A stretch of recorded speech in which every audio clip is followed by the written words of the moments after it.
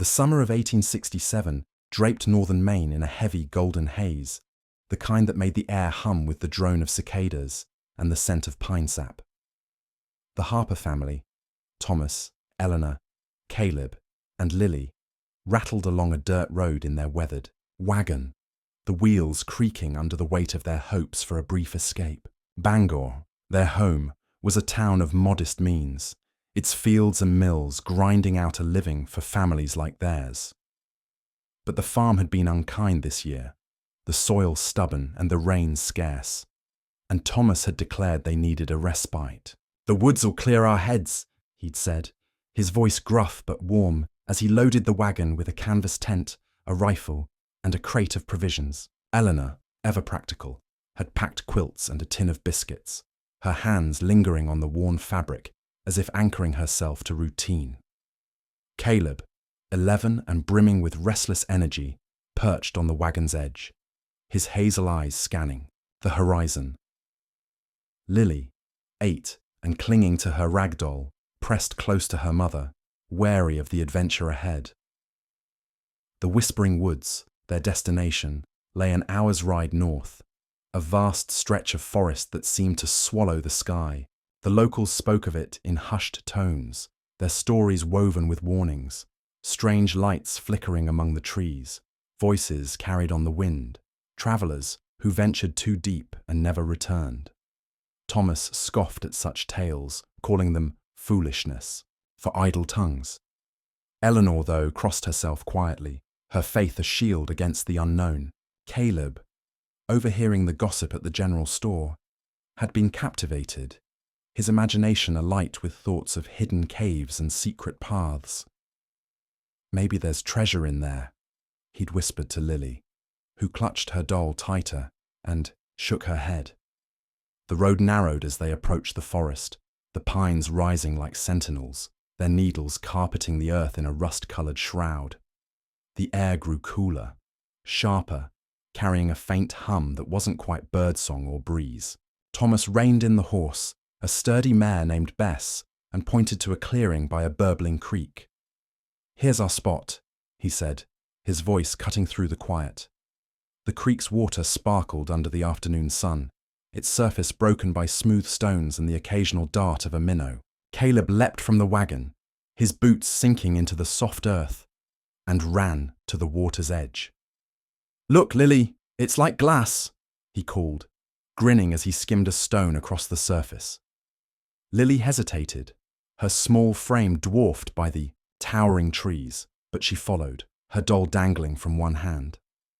Eleanor busied herself unpacking, her movements precise but tense, as if the forest gaze pressed against her. Thomas hauled the tent from the wagon, his broad shoulders straining under the canvas. He was a man of action, not words, his hands calloused from years of ploughing fields and mending fences.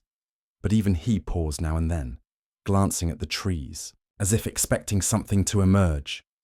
The forest was quiet, too quiet, the kind of silence that felt like a held breath. No birds chirped, no squirrels skittered, only the creek's murmur and that strange low hum filled the air, a sound that seemed to come from everywhere and nowhere. By dusk, the tent was up, its white canvas glowing faintly in the fading light. Thomas built a fire, the crackle of wood, a small defiance against the forest's stillness. Eleanor served a simple supper of biscuits, dried beef, and apples, the family sitting on a quilt spread over the grass. Caleb, his plate balanced on his knees, chattered about the woods, his words tumbling over each other. "I bet there's a bear out there, or maybe a wolf. Can I explore tomorrow, Pa? Just a little ways?" Thomas chewed slowly, his eyes on the fire. "Stay close, Caleb. Woods like these can turn a man around." Eleanor's hand tightened on her tin mug, but she said nothing, her gaze flickering to the darkening trees. Lily, picking at her food, whispered, "I don't like it here. It's too quiet." Caleb laughed, nudging her shoulder. "You're just scared 'cause you're little. I'll protect you from any old bear." Lily's lip trembled, but she managed a small smile, reassured by her brother's bravado. Eleanor reached over, smoothing Lily's hair. "It's just a forest, darling. Nothing to fear with us here." But her voice held a tremor, and she glanced at Thomas, who stared into the flames, his jaw tight. That night, the family slept fitfully in the tent, the canvas walls rippling in a gentle breeze. Caleb dreamed of winding paths and glowing eyes, his sleep restless with excitement. Lily curled against her mother, her doll clutched tight.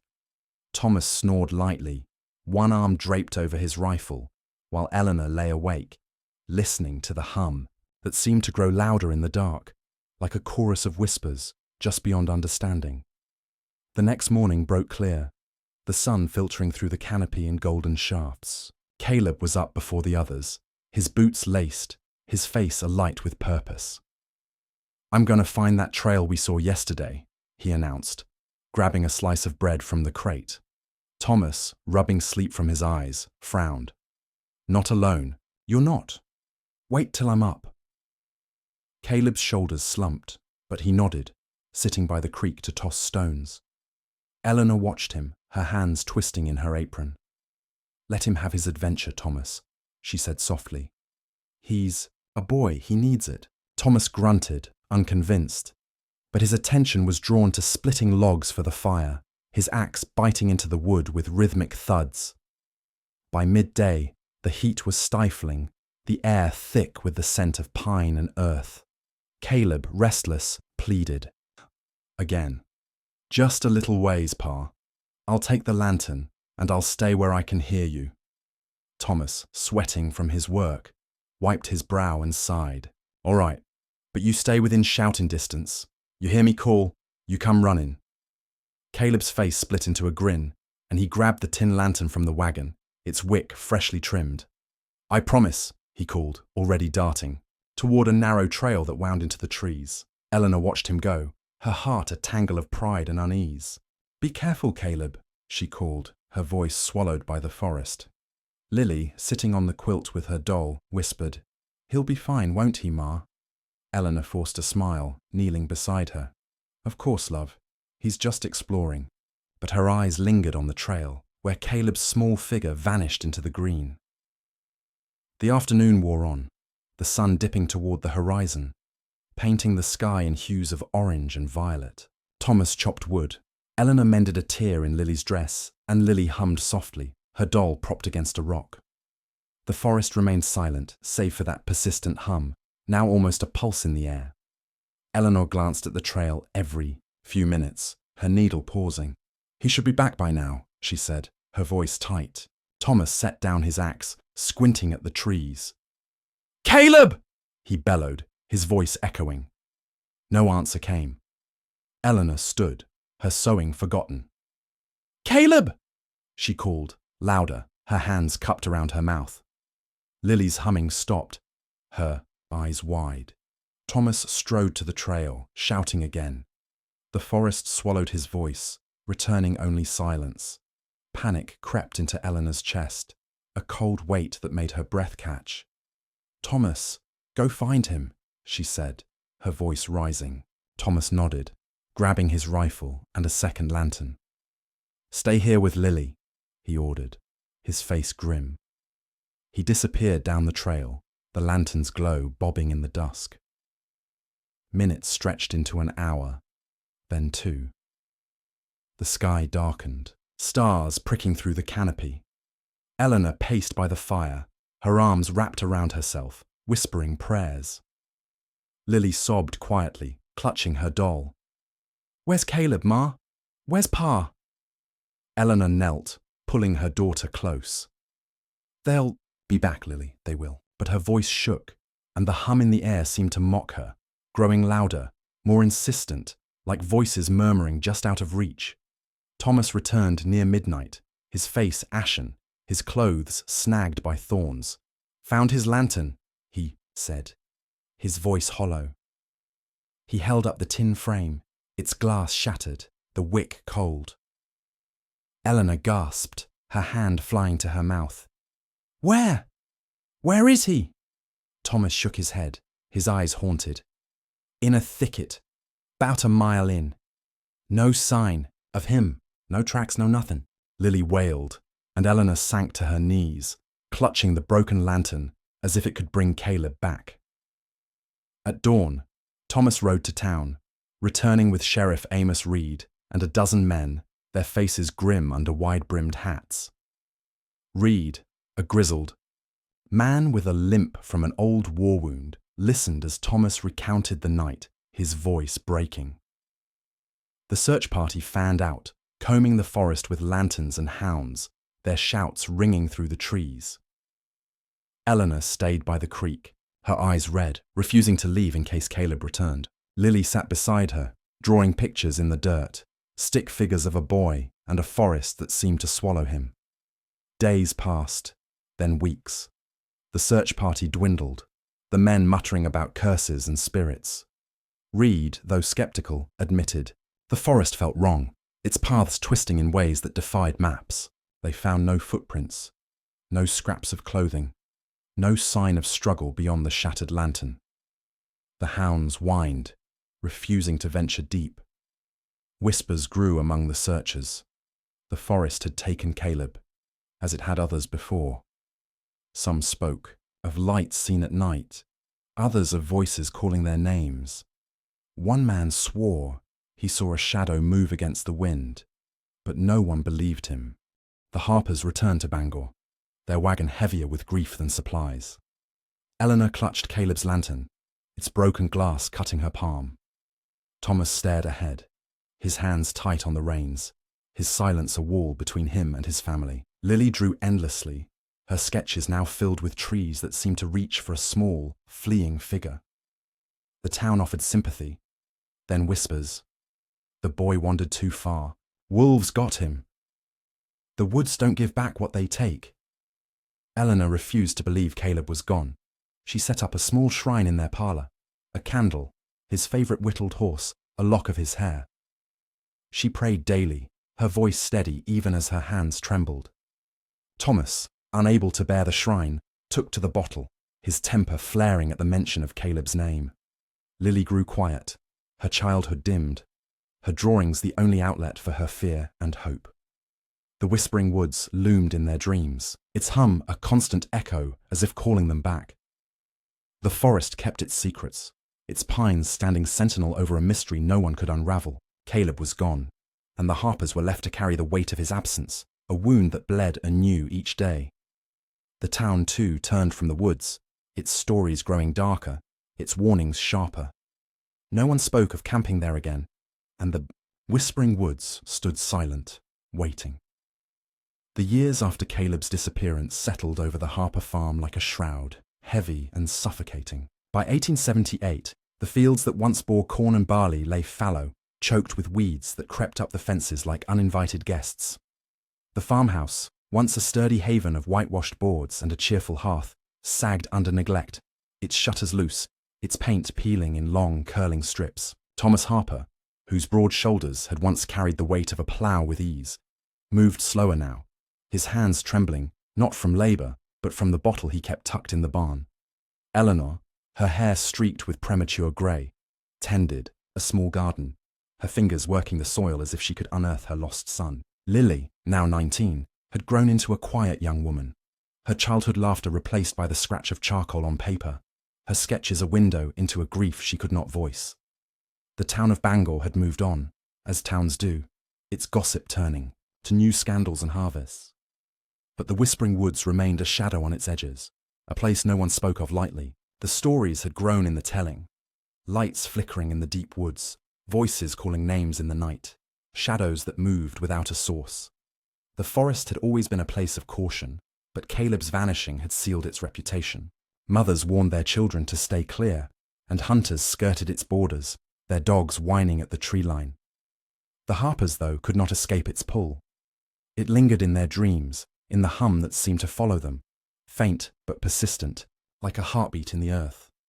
Eleanor's days were a ritual of remembrance. In the parlour, she kept a shrine to Caleb, a candle that never went out, its wax pooling like tears. A small wooden horse he'd whittled at 10, a lock of his sandy hair tied with a ribbon. She prayed there each morning, her knees pressed into the worn rug, her lips moving in silent pleas to a God she hoped still listened. "Bring him back," she whispered, her voice steady despite the ache in her chest. "Or let him be at peace." The candle flickered, casting shadows that danced like figures in the woods. She never spoke of the shrine to Thomas, who avoided the parlor, his eyes darkening at the sight of it. To him, it was a monument to failure, his failure to keep his son safe, to bring him home. Thomas had changed most of all. The man who once sang bawdy tunes while mending fences was gone, replaced by a shadow who worked the farm in silence, his movements mechanical. At night, he slipped into the barn, where a jug of whiskey waited in the hayloft. The drink dulled, the guilt that gnawed at him, the memory of Caleb's eager face as he'd run into the woods, lantern in hand. "I should have gone with him," Thomas muttered to the darkness, his voice thick. "Should have tied him to the damn tent." The barn became his refuge, its walls shielding him from Eleanor's prayers and Lily's quiet stares. He rarely spoke of Caleb, and when he did, his words were sharp, cutting off any hope. "He's gone, Eleanor. Let it be." Lily, though, could not let it be. She carried Caleb in her heart, in the sketches that filled her room. Her drawings, once bright with flowers and sunlit fields, had turned dark. Twisted trees with grasping branches, a boy's silhouette fading into shadow, eyes glowing in the underbrush. She worked by lamplight, her charcoal smudging her fingers, her eyes distant. "He's still out there," she'd whisper, though she wasn't sure if she believed it. Her dreams were vivid, filled with the forest's hum, with Caleb's voice calling her name. She woke with a start each time, her heart racing, the hum lingering in her ears. She hid these dreams from her parents, fearing they'd break Eleanor's fragile hope or stoke Thomas's anger.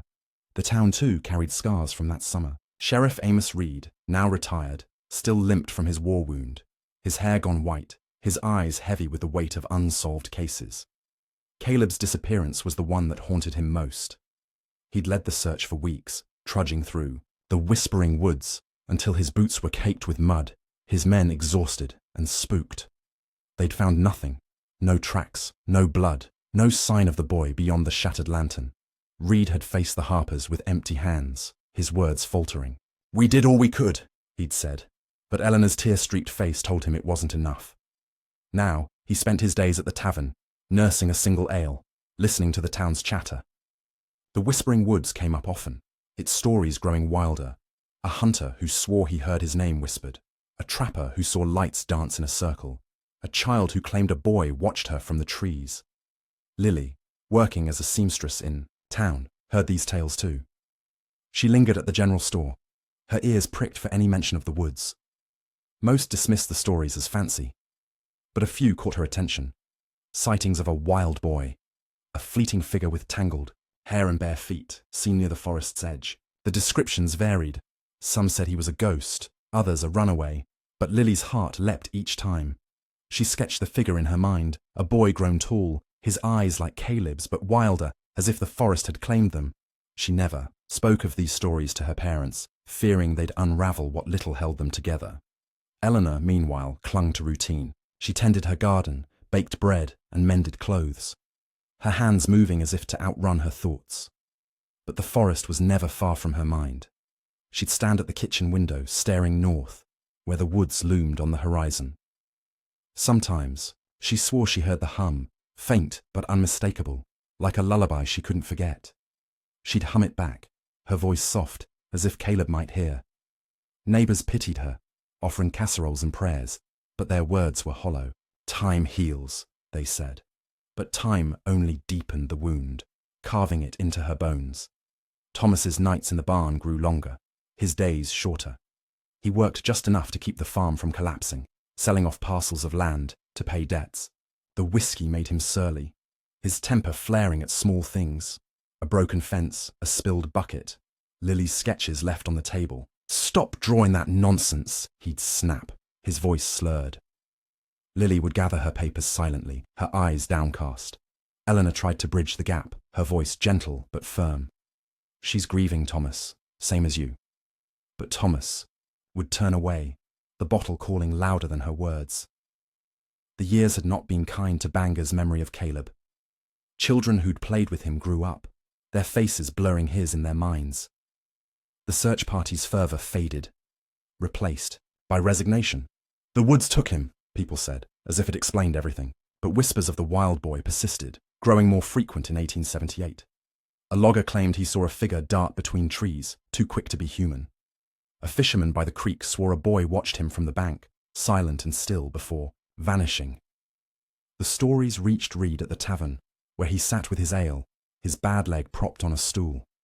He dismissed them at first, old men's tales, fueled by drink and boredom. But the details nagged at him. The boy's age, his silence, the way he seemed to belong to the woods.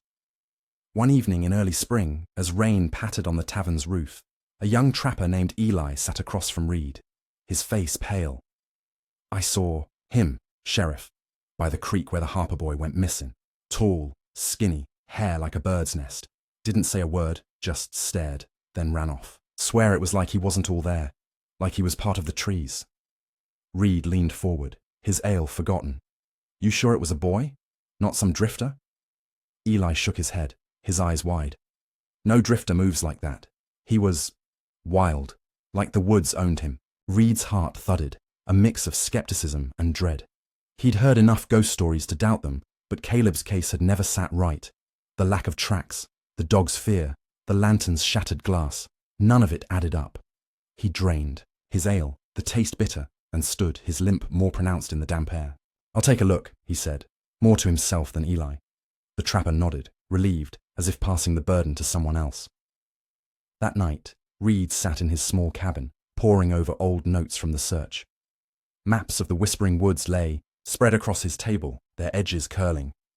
He traced the creek's path, his finger lingering where they'd found the lantern. The forest had defied him then, its paths twisting, its silence mocking.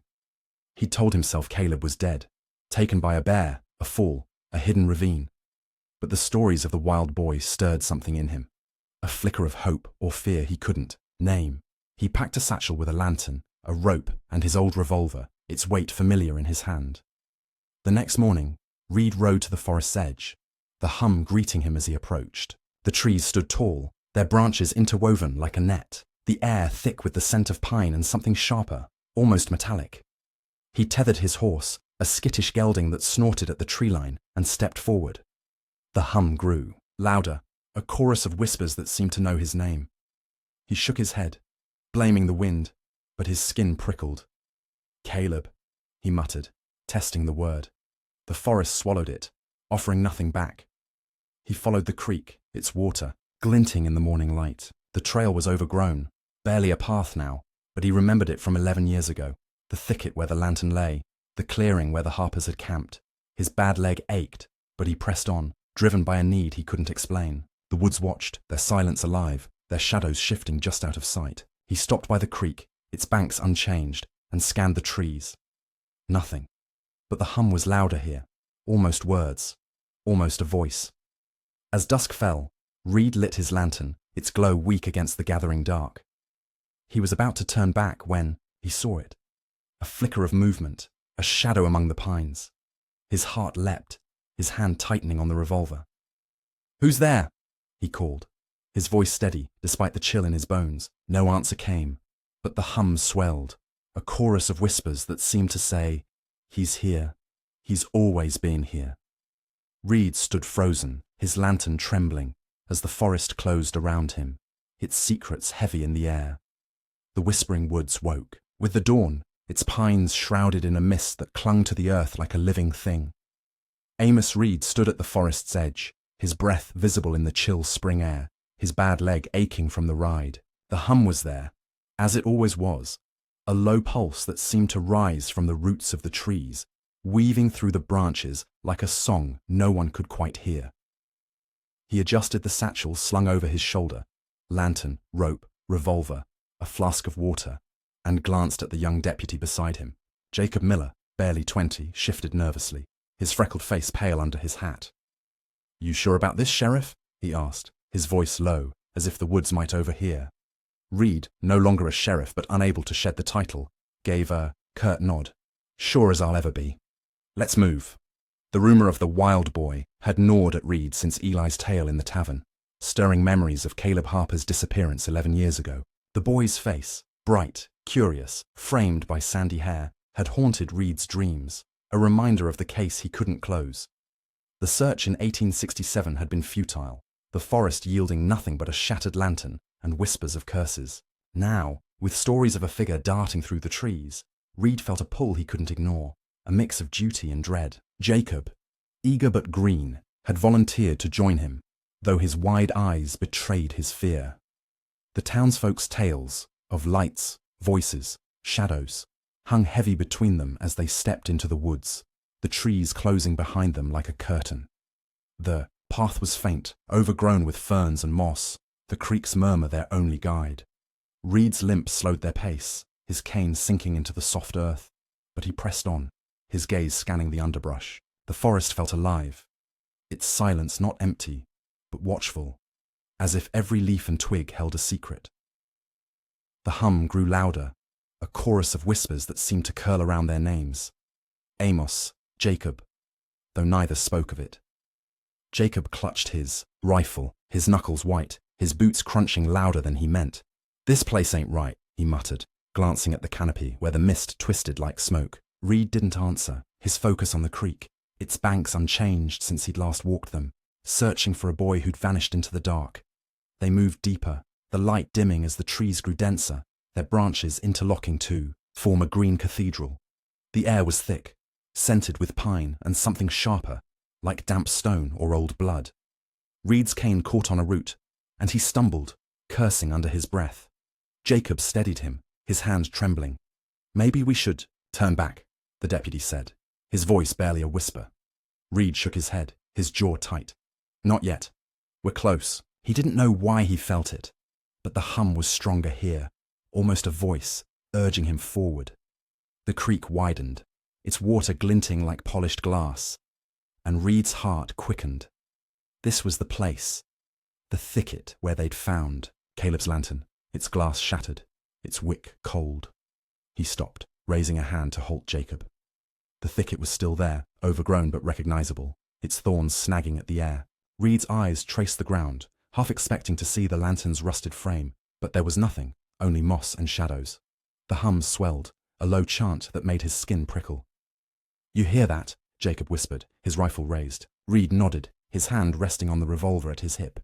"Stay sharp," he said, his voice low. They moved toward the creek, its banks slick with mud, and Reed's gaze caught a flicker of movement, a ripple in the water, too deliberate to be a fish. He crept forward, his cane sinking into the mud, and parted the reeds.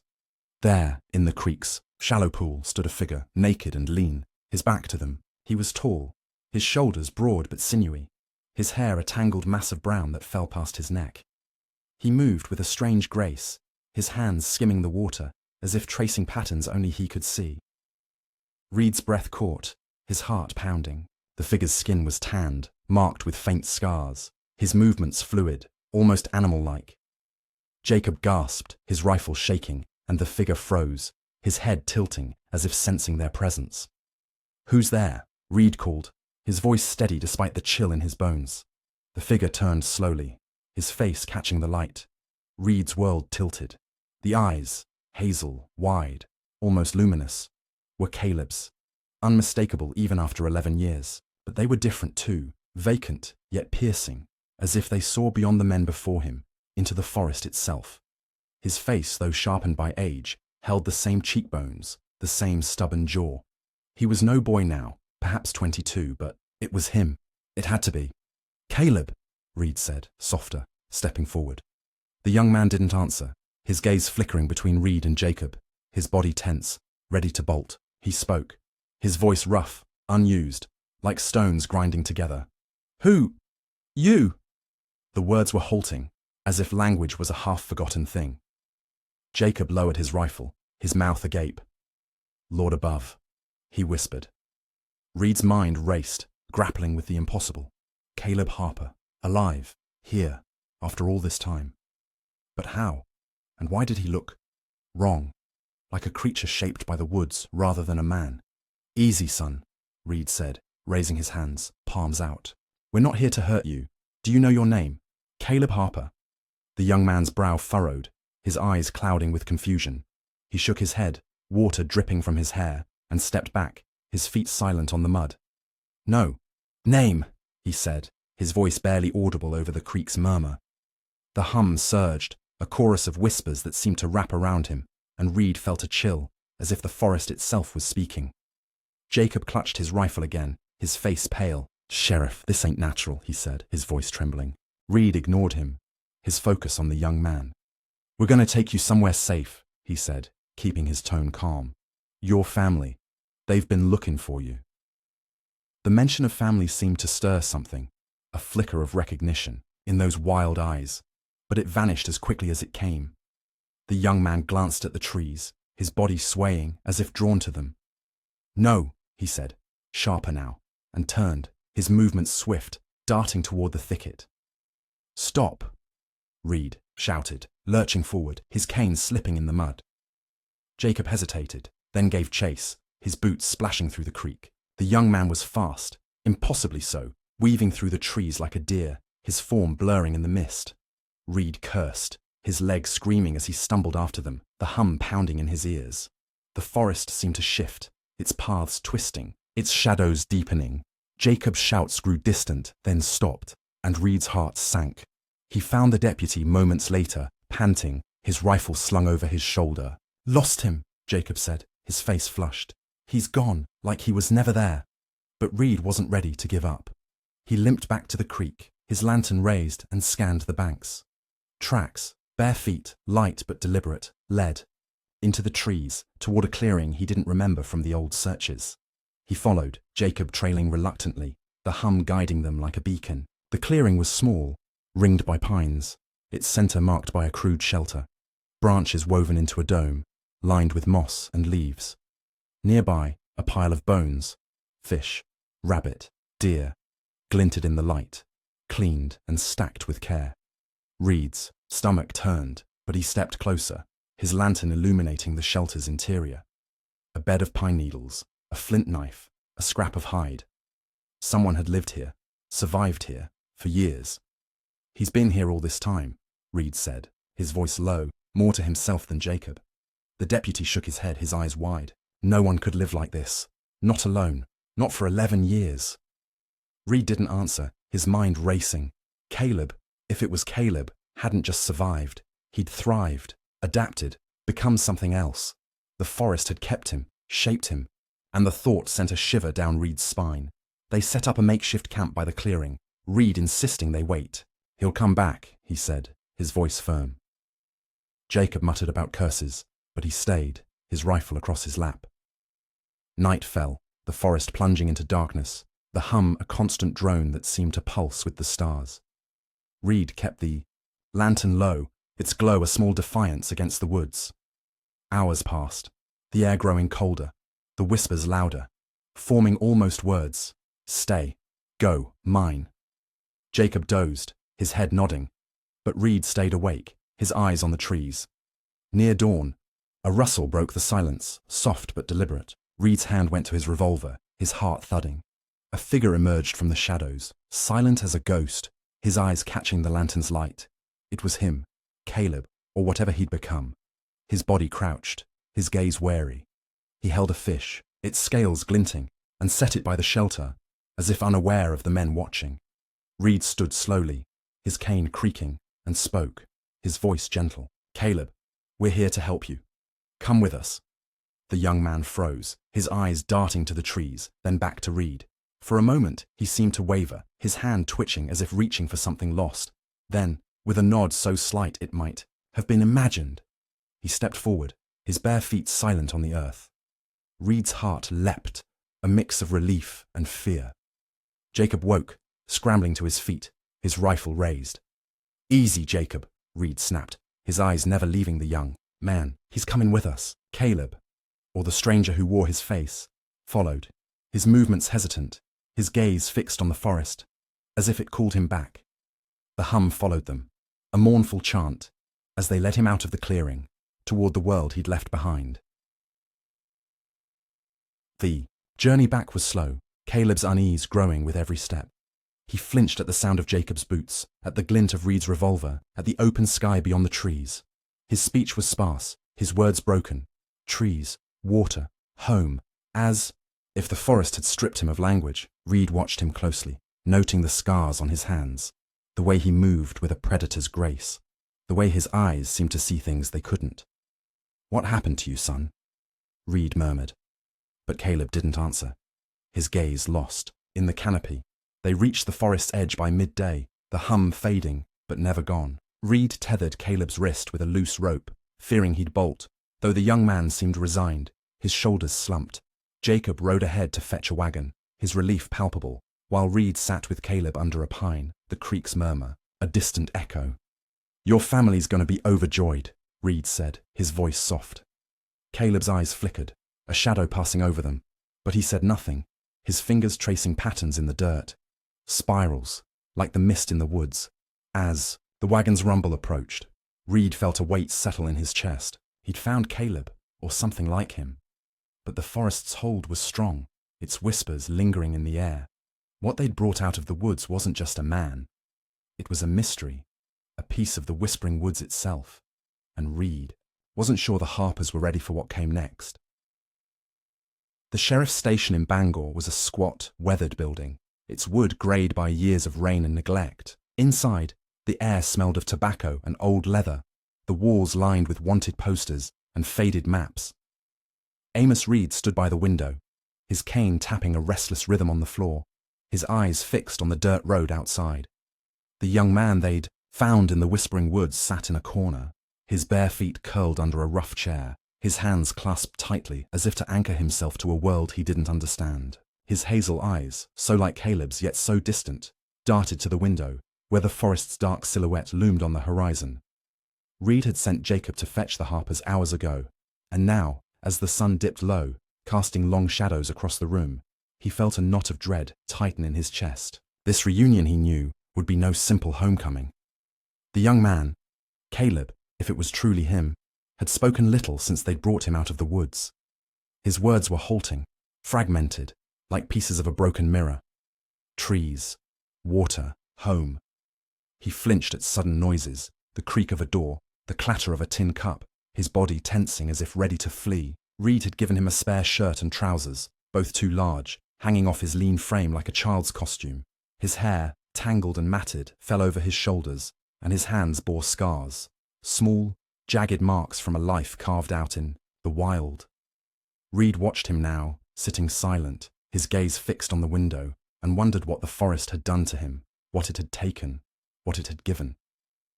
The rumble of a wagon broke the silence, and Reed's heart quickened. He limped to the door, peering out as Jacob reined in the horse, the Harper family climbing down with slow, heavy steps. Eleanor was first, her face pale, her eyes red-rimmed but burning with a desperate hope. She clutched a small bundle, a quilt perhaps, or some token of Caleb's childhood. Thomas followed, his shoulders hunched, his face a mask of skepticism and pain, the whiskey's scent clinging to him even now. Lily, 19 and taller than her mother, moved with a quiet grace, her charcoal-smudged fingers twisting nervously, her eyes searching the station's windows as if she could sense her brother inside. Reed opened the door, his voice steady, despite the weight of the moment. "They're here," he said to the young man, who didn't move, his gaze still on the forest. Eleanor entered first, her breath catching as her eyes found the young man. She froze, her hand flying to her mouth, a sob breaking free. "Caleb," she whispered, her voice trembling with a mother's love, raw and unbroken by 11 years of grief. She stumbled forward, dropping the bundle, a small, worn quilt, its edges frayed, and reached for him, her hands shaking. The young man flinched, his body curling inward, his eyes wide with confusion, not recognition. Eleanor stopped, her hands hovering, tears streaming down her face. "It's you, isn't it? My boy, my Caleb." Her voice broke, a plea more than a question, but the young man only stared, his lips parting as if to speak, then closing again. Thomas stood in the doorway, his jaw tight, his eyes narrowed. "That ain't him," he said, his voice low and rough, cutting through Eleanor's sobs. "Look at him, Eleanor. That's no boy of ours." He stepped closer, his boots heavy on the floor, and studied the young man's face. The resemblance was undeniable. The hazel eyes, the sharp cheekbones, the stubborn jaw. But Thomas's gaze was hard, searching for a flaw, a reason to deny what he saw. 11 years, he muttered. No one lives like that in the woods, not our Caleb. His voice cracked on the name, betraying the hope he refused to admit. Lily lingered by the door, her hands clasped tightly, her eyes flickering between the young man and her parents.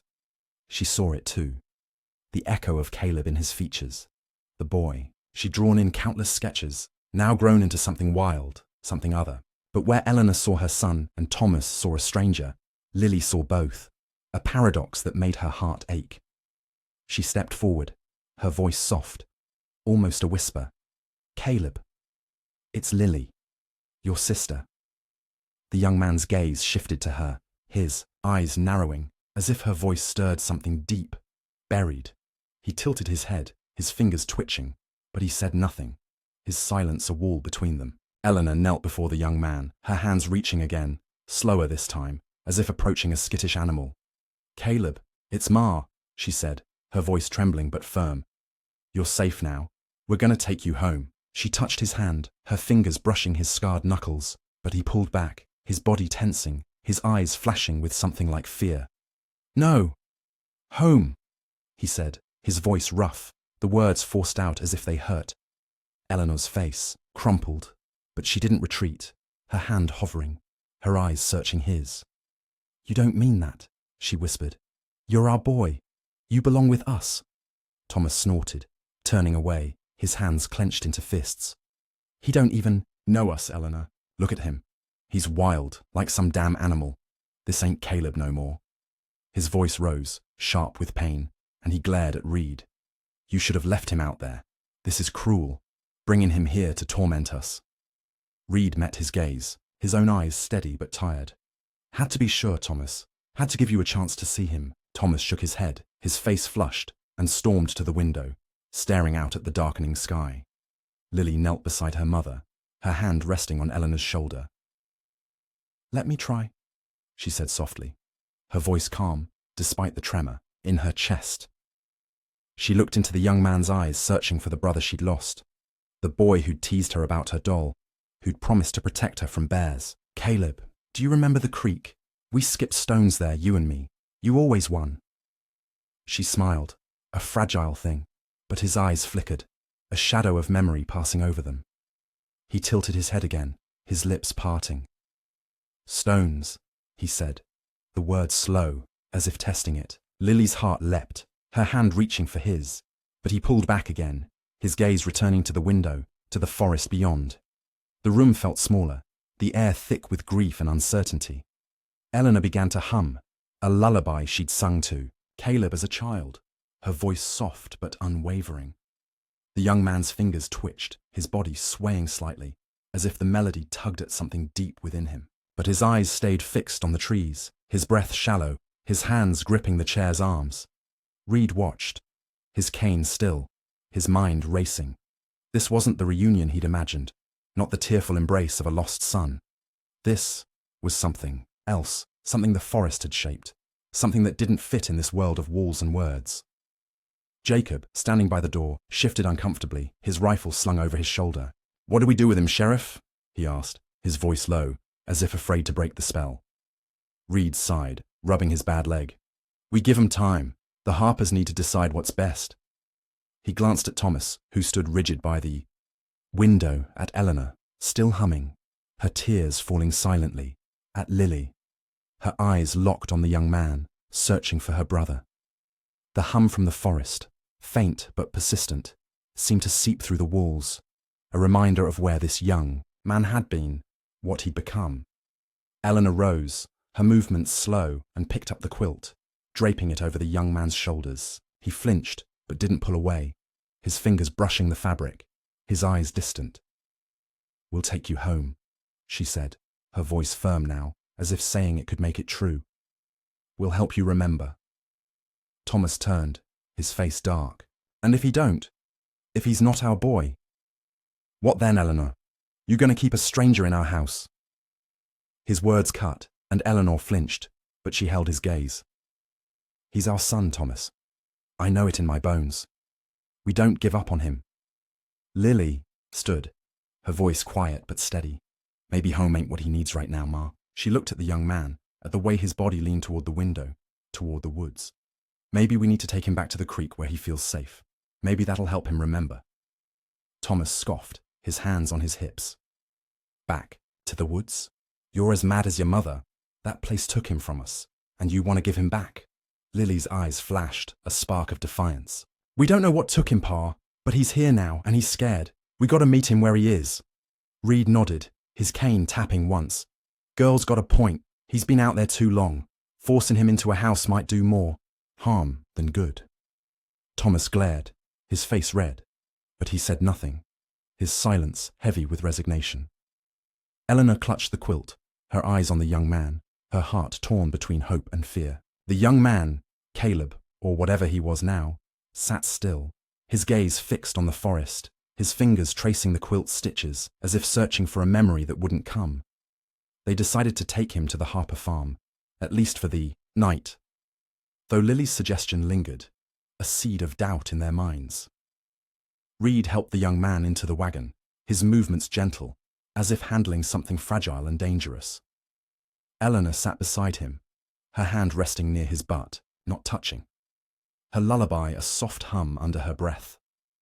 Thomas drove, his knuckles white on the reins, his eyes on the road. Lily sat in the back, her sketchbook open, her charcoal moving in quick, nervous strokes, capturing the young man's profile, his wild eyes, the forest's shadow on his face. The farm was dark when they arrived, the house a hollow shell of its former self. Eleanor lit candles, their glow casting flickering shadows on the walls. The young man hesitated at the threshold, his body tense, his eyes darting to the open fields, where the forest's hum was faint but present. It's all right, Eleanor said, her voice soft, guiding him inside. He stepped in, his bare feet, silent on the floor, but his movements were jerky, as if the walls pressed against him. Lily set a plate of bread and stew before him, but he didn't touch it, his hands folded in his lap, his eyes on the window. Eleanor tried everything, stories of Caleb's childhood, the wooden horse from the shrine, the lullaby sung louder. Now, but the young man's responses were sparse, his words cryptic. Trees, sing, he said once, his voice distant, and Eleanor's heart sank, her hope fraying. Thomas watched from the doorway, his silence louder than his earlier anger, his eyes dark with a pain he couldn't voice. Lily sat across from the young man, her sketchbook closed, her hands still. Do you remember the doll I had? She asked, her voice gentle. You used to hide it to tease me. His eyes flickered, a spark of something, but it faded, and he turned back to the window, the forest's call stronger than her words. As night deepened, the hum grew louder, seeping through the walls, a chorus that seemed to know their names. The young man stood suddenly, his chair scraping, and moved to the window, his hands pressed against the glass. Home, he whispered, the word heavy, final. Eleanor rose, her hands trembling, but Lily touched her arm, her eyes calm. Let him be, Ma, she said.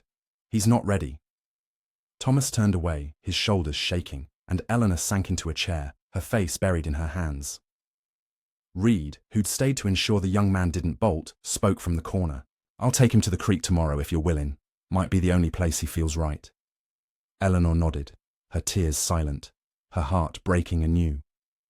Lily looked at the young man, her brother, and yet not, and felt a strange peace, as if the forest had given him back, but not to them, not yet.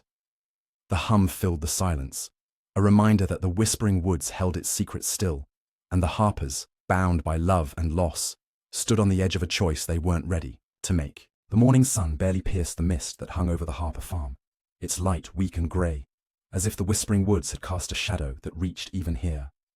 Eleanor stood at the kitchen window, her hands wrapped around a tin mug of tea, gone cold, her eyes fixed on the northern horizon where the forest loomed. The young man they'd brought home last night, her Caleb, or so she prayed, sat in the parlour, his silhouette still against the dawn's glow. He hadn't slept, hadn't eaten, only sat with his hands tracing the quilt she'd draped over him, his gaze locked on the window, on the trees that seemed to call him. The hum was there, faint but relentless, seeping through the walls like a tide, and Eleanor felt it in her bones, a pulse that whispered of secrets she couldn't grasp.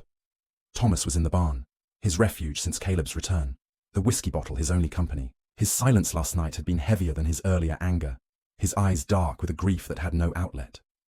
Lily, awake since dawn, sat at the kitchen table, her sketchbook open but untouched, her charcoal-smudged fingers clasped tightly. She'd seen the truth in the young man's eyes, wild, distant, not fully her brother's, and her suggestion to take him back to the creek hung in the air, a fragile bridge between hope and surrender. Sheriff Reed, who'd stayed the night on a cot in the parlor, limped into the kitchen, his cane tapping softly.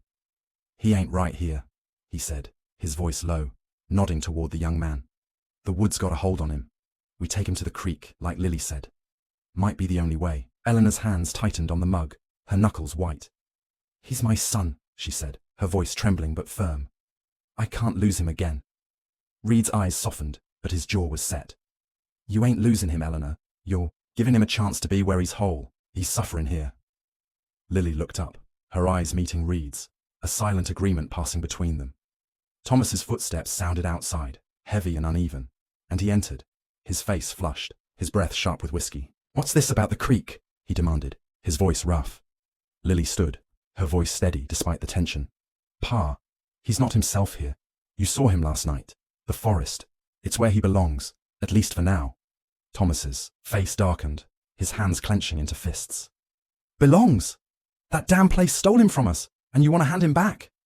His voice rose, shaking the small kitchen, but Lily didn't flinch. "We don't know what happened, Pa, but he's alive, and he's here, and he's hurting. We got to try something." Eleanor turned from the window, her eyes red but resolute.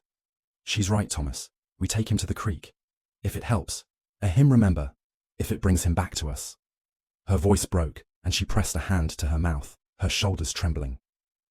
Thomas stared at them, his anger faltering, replaced by a hollow resignation. "Fine," he muttered, turning away. "But don't expect me to watch him run off again." Reed nodded, his cane tapping once, a signal to move. Eleanor gathered the quilt, a loaf of bread, and Caleb's old wooden horse, her hands shaking, as she packed them into a satchel. Lily touched her arm, her voice soft.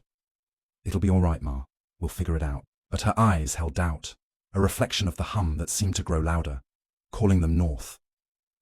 The wagon ride to the whispering woods was silent, the air heavy with unspoken fears. The young man sat in the back, his hands folded, his eyes fixed on the trees as they came into view. Reed drove, his bad legs stiff, while Jacob, the young deputy, rode alongside, his rifle across his lap, his face pale. The forest loomed ahead, its pines rising like sentinels, the mist curling around their trunks. The hum was stronger now, a chorus of whispers that seemed to know their names: Eleanor, Thomas, Lily, and the young man's head tilted, as if listening. Eleanor clutched the satchel, her heart pounding, while Thomas stared ahead, his jaw tight. Lily sketched in her mind the young man's silhouette against the trees, a figure caught between worlds. They reached the creek by midday, its water glinting like a mirror under the weak sun. The clearing was unchanged, the thicket where Caleb's lantern had been found still tangled and dark. The young man stepped from the wagon, his bare feet silent on the earth, and moved to the water's edge, his body relaxing as if shedding a weight. He knelt, his hands skimming the surface, his face calm for the first time since they brought him out. Eleanor watched, her breath catching, and stepped forward, the quilt in her arms. "Caleb," she said, her voice soft. "Do you remember this place?" He didn't answer, but his fingers traced patterns in the water, spirals that matched the mist's curls, and the hum swelled, a low chant that made the air throb. Lily joined him, sitting on a stone, her sketchbook open now, her charcoal moving, in quick, sure strokes. "You used to love this creek," she said, her voice gentle. "You'd try to catch fish with your hands, remember? You were terrible at it." A faint smile touched his lips, so brief it might have been a trick of the light. But Lily's heart leapt, her hand pausing on the page. Thomas stood back, his arms crossed, his eyes dark with pain. "He don't remember nothing," he muttered, but his voice lacked conviction, his gaze fixed on the young man's movements, so like Caleb's yet so foreign. Reed and Jacob set up a small camp, a fire crackling to ward off the chill. The forest watched, its silence alive, its shadows shifting just beyond the trees. Eleanor knelt beside the young man, her hands offering the wooden horse. "You made this," she said, her voice trembling. "You were so proud of it." He took it, his fingers tracing the worn wood, his eyes clouding with something, memory, or something else. "Wood lives," he said, his voice rough, and Eleanor's tears fell, her hope fraying but not gone. She began to hum the lullaby, her voice soft, and he swayed, his eyes closing, as if the melody anchored him to a past he couldn't reach. Then the forest stirred. The air grew heavy, the hum rising to a crescendo, words forming in its cadence. Stay, mine, home. The trees seemed to lean closer, their branches swaying without wind, their shadows stretching toward the creek. Lily's charcoal snapped, her eyes wide as she saw shapes in the mist. Fleeting figures, too quick to be real, darting between the pines. Ma, she whispered, her voice trembling. But Eleanor didn't hear, her lullaby unbroken. Thomas stepped forward, his face pale. What in God's name? He muttered, his hand reaching for the rifle at his side. The young man stood, his movements sudden, his eyes wild.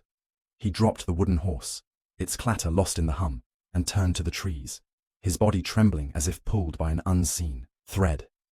Caleb, no! Eleanor cried, reaching for him, but he stepped back, his feet in the water, his gaze fixed on the forest. Home, he said, his voice clear, final, and the hum answered, a chorus that shook the earth. Reed lunged forward, his cane slipping, but the young man was too fast, darting into the thicket, his form blending with the shadows. Jacob gave chase, his rifle raised, but the forest seemed to swallow him, its paths twisting, its mist thickening. Reed shouted after him, his voice hoarse, but the deputy returned moments later, panting, his face ashen. He's gone, Jacob said, his eyes wide. Like the woods took him. Eleanor sank to her knees, her sobs echoing over the creek, the quilt clutched to her chest. Thomas stood frozen, his rifle useless, his anger replaced by a hollow despair. Lily ran to the thicket, her sketchbook falling, her hands pushing through thorns, but there was no trace, only the hum, now soft, almost mocking. They searched until dusk, Reed's limp slowing them, Jacob's fear palpable. The forest gave nothing back, no tracks, no signs, only whispers that seemed to laugh. Eleanor's voice broke as she called Caleb's name, her hands bleeding from the thorns. Lily found the wooden horse, half buried in the mud, and held it, tightly, her tears silent. Thomas, his face grey, finally spoke, his voice low. He don't belong with us no more. Eleanor shook her head, her sobs fierce. He's our son, Thomas. We can't leave him. But her words faltered, her eyes on the trees, where the hum lingered. A promise and a threat. A local healer, an old woman named Martha who'd come at Reed's urging, joined them at the creek, her eyes sharp despite her age. She studied the clearing, the air, the shadows, and shook her head. The woods claimed him, she said, her voice low, certain. He's theirs now, not yours. Forcing him out will kill him, or worse. Eleanor flinched, her hands tightening on the quilt. But Lily nodded, her face calm despite her tears. She's right, Ma. He was happy here, wasn't he? Before we took him. Thomas turned away, his shoulders shaking, unable to argue. Night fell, the forest plunging into darkness, the hum a soft lullaby now. They camped by the creek, the fire's glow weak against the trees. Eleanor sat by the water, her lullaby mingling with the hum, her heart torn between love and surrender. Lily sketched by the fire, the young man's face taking shape, his eyes wild but peaceful, a creature of the woods. Thomas sat apart, his bottle untouched, his eyes on the stars, searching for answers they couldn't give. Reed watched the trees, his revolver close, the hum a reminder of a mystery he'd never solve. At midnight, a rustle broke the silence, soft but deliberate. Reed's hand went to his revolver, his heart thudding. The young man emerged from the shadows, his eyes glowing. In the firelight, his body crouched, silent. He didn't approach, only watched, his gaze moving from Eleanor to Lily to Thomas, then back to the trees. Eleanor rose, her voice a whisper. Caleb, please. But he shook his head, a small final gesture, and slipped back into the forest, the hum swallowing his steps. Lily clutched the wooden horse, her voice steady. Let him go, Ma. He's home. Eleanor's sobs broke the silence, but she nodded, her hand on Lily's, the quilt falling to the earth. The forest had won, its hold unbreakable, its secrets safe. The Harpers sat by the fire, their family fractured, but bound by a love that would not fade, even as the whispering woods claimed its own. The whispering woods stood silent in the dawn's pale light, its pines cloaked in mist, the creek's murmur a soft counterpoint to the hum that never faded. The Harper family sat by their faltering campfire, its embers glowing faintly against the morning chill. Eleanor clutched the frayed quilt, her eyes red from a night of tears, her lullaby now a memory swallowed by the forest. Thomas sat apart, his hands idle for once, the whiskey bottle untouched at his side, his gaze lost in the trees where their son had vanished again. Lily held the wooden horse, its carved edges worn smooth, her fingers tracing its lines as if it could anchor her to the brother she'd lost twice. Sheriff Amos Reed, his cane planted in the earth, watched the forest with weary eyes. The hum, a reminder of a mystery he'd never unravel. Jacob, the young deputy, kept his rifle close, his face pale, as if the woods might claim him too. Caleb, or the young man who bore his face, had slipped into the trees at midnight. His final glance, a silent farewell. Eleanor's cry had echoed through the clearing, but Lily's steady hand and calm words, "Let him go, Ma. He's home," had held her back. The forest had taken him, as it had 11 years ago, and the Harpers were left with a choice family should face, to fight for a son who no longer knew them or to let him belong to the wild that had shaped him. The hum, now soft, almost gentle, seemed to whisper its approval. A chorus that knew their names but offered no answers. They returned to the creek the next day, driven by a need they couldn't name. Reed and Jacob joined them, the sheriff's limp more pronounced, the deputy's fear tempered by duty. The clearing was unchanged, the shelter of branches and moss still standing, its interior lined with pine needles and bones, a testament to a life lived apart from the world. Eleanor knelt by the creek, her hands skimming the water, as if she could find Caleb in its depths. She placed the quilt at the shelter's entrance, a gift or a plea, her fingers lingering on its stitches. "For you, my boy," she whispered, her voice steady despite the ache in her chest. Lily set the wooden horse beside it, her eyes dry but heavy, her sketchbook tucked under her arm. Thomas stood back, his face grey, his hands clenched, unable to speak but unable to leave. They found him near dusk, a shadow among the pines, watching from a distance. He was bare-chested, his skin marked with new scars, his hair tangled with leaves, his eyes glowing in the fading light. He moved with the forest's rhythm, silent, graceful, a creature of its depths. Eleanor's breath caught, but she didn't call out, her hand gripping Lily's. The young man, Caleb, always Caleb to her, met her gaze, his expression unreadable, neither welcoming nor hostile. He approached the shelter, his fingers brushing the quilt, the wooden horse. But he didn't take them, as if they belonged to a life he no longer claimed. He spoke, his voice rough, a single word. "Stay." Then he was gone, the trees swallowing him, the hum, a soft farewell. The Harpers returned the next week and the week after, establishing a ritual born of love and loss. They brought food, bread, apples, dried meat, leaving it by the creek, where it vanished by their next visit. Sometimes they saw him, a fleeting figure among the trees, his eyes watching but never close. Other times they found signs, a fishbone, neatly placed, a spiral drawn in the mud, a feather tucked into the quilt. Eleanor spoke to him, her voice soft, telling stories of his childhood, of the farm, of the family that still loved him. Lily sketched him, her charcoal capturing his wild grace, her drawings now vibrant with colour, the forest's greens and golds blending with his shadow. Thomas, silent at first, began to speak, his voice gruff, offering apologies he'd never voiced before. "I should have gone with you, son," he said once, his words breaking, and the hum seemed to soften, as if listening. The forest accepted their presence, its hum a constant companion, no longer threatening, but not welcoming either. Strange phenomena persisted, shadows that moved against the wind, whispers that formed almost words, lights flickering in the deep woods. But the Harpers grew accustomed, their fear replaced by a wary respect.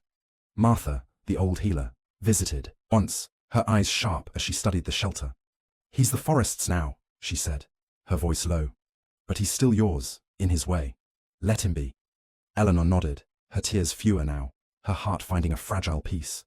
Lily painted, her canvases filled with the whispering wood's beauty and terror, her art a bridge between worlds. Thomas drank less, his hands steady, as he rebuilt the farm's fences, his grief no longer a wound, but a weight he could carry. The town of Bangor, spooked by the Harper's story, turned from the woods entirely. The Whispering Woods became a forbidden place, its tales growing darker, its name a warning. Families abandoned camping, their fires lit in fields or by rivers, never under trees. Hunters avoided the forest, their dogs whining at its edge, and children were taught to fear the hum, the lights, the shadows. The Harpers, though, were bound to it, their weekly visits a pilgrimage, a testament to a love that defied loss.